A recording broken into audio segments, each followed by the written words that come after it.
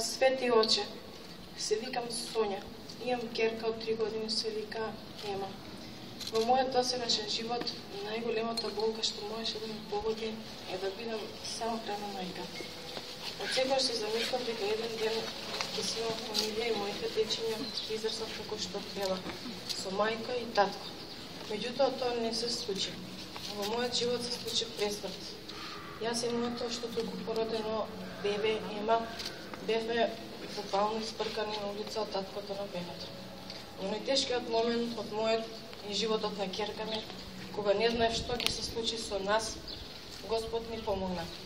Ги испрати честните сестри мисионерки на љубовта, кои не примија во нивниот дом, без разлика од која вероисповед сме, инаку јас сум христијанка, православна вероисповед. Честните сестри никогаш не настојуваат тоа да се смени или јас да ја променам верата.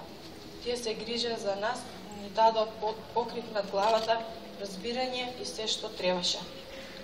Кога бев препуштена сама на себе, да одбирам дали да го донесам на овој свет моето бебе или дали да го абортирам, јас го одбрав животот, зашто чувствував и знаев дека Господ е тука со нас, дека нема да не остави, дека мене ќе ми дава сила за да го издржам секој тежок чекор, дека моето дете ќе биде добро.